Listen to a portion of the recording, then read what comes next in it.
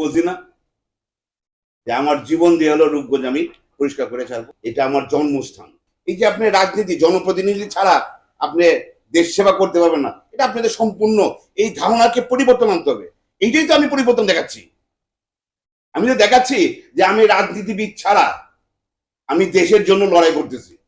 আমি রাজনীতিবিদ ছাড়া আমি দেশের ভালো করার জন্য আমি চেষ্টা করতেছি না।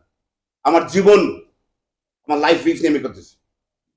এই যে গাজী যে বাহিনী, পালু হাবিব, মুজিবর, এরা তো আপনারা দেখে গেছেন 15 বছর। এরা মানুষকে মানুষ মনে করেন নাই।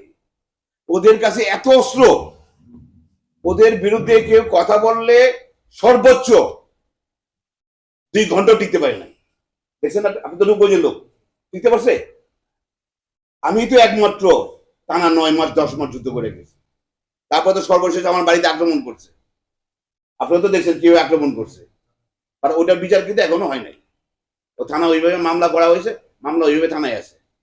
তবে চার্জশিট দিবে আমি দেখতেছি যে প্রশাসন কি করে। রূপগঞ্জ আপনি মনে রাখবেন, রূপগঞ্জ অ্যাটলিস্ট আমি যতদিন বাইরে থাকি, রূপগঞ্জ আগের জায়গায় যাবে না।